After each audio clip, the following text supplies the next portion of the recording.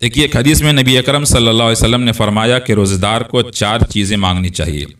हम और आप बहुत चीज़ें मांगते हैं, कभी अफ्तार में मांगते हैं, कभी सहर में मांगते हैं, कभी तहज्जुद में उठकर मांगते हैं, लेकिन क्या मांगना चाहिए सुनिए। अल्लाह के हबीब सल्लल्लाहु अलैहि वसल्लम ने बहुत लंबी सी फहरिस्त गिनाई है कि ये होना चाहिए, वो होना चाहिए। उसमें बताया कि 4 चीज़ें एक रोज़ेदार को मांगनी चाहिए। फरमाया 2 तो ऐसी हैं जिसके बगैर उस रोज़ेदार को छुटकारा ही नहीं है, और 2 उसके काम के लिए है, उसके फ़ायदे के लिए। क्या क्या है? देखिए, पहली चीज़ फरमाया कि कलमा ला इलाहा इल्लल्लाह का विर्द कसरत से किया करें। जी हाँ, कसरत से किया करें, क्योंकि हज़रत मूसा ने पूछा था कि अल्लाह मुझे कोई कलमा, कोई ज़िक्र बता, कोई दुआ बता दीजिए जिससे मैं किया करूं, जिसको कोई ना करता हो। तो अल्लाह ने फरमाया ला इलाहा इल्लल्लाह पढ़ा करो।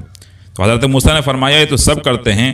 तो अल्लाह तबारक व तआला ने फरमाया कि ये वो कलमा है जो एक पलड़े में सारे आसमान और ज़मीन, उसमें जो कुछ है सबको रख दिया जाए, और दूसरे पलड़े में सिर्फ इस जुमले को रख दिया जाए, ला इलाहा इल्लल्लाह को, तो ये पलड़ा झुक जाएगा। तो अल्लाह के नबी ने फरमाया कि रोज़ेदार के लिए चाहिए कि 4 काम करे। उनमें से सबसे पहला काम कलमा ला इलाहा इल्लल्लाह का विर्द करे।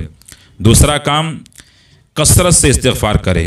आप अस्तग़फ़िरुल्लाह पढ़ें या फिर नदामत के साथ अस्तग़फ़िरुल्लाह रब्बी मिन कुल्लि ज़म्बि, जो भी आपको याद हो उससे पढ़ते रहें। अस्तग़फ़िरुल्लाह अस्तग़फ़िरुल्लाह ये भी पढ़ सकते हैं। ये 2 चीज़ें हुई। तीसरी चीज़ यानी 2 बाकी चीज़ें जिसके बगैर इंसान को रोज़ेदार को छुटकारा ही नहीं है, वह है जन्नत के तलब। यानी रोज़ेदार को चाहिए कि रमज़ानुल मुबारक में खूब जन्नत का तलब करे और दोज़ख से छुटकारे की वो तलब करे, यानी दोज़ख से रिहाई चाहे। तो ये 2 चीज़ें जो आखिर में हैं, इसके बगैर तो छुटकारा ही नहीं किसी को, और 2 जो हैं फ़ायदे के लिए हैं। तो इससे अमल कीजिए इस पर और दूसरों तक शेयर कीजिए।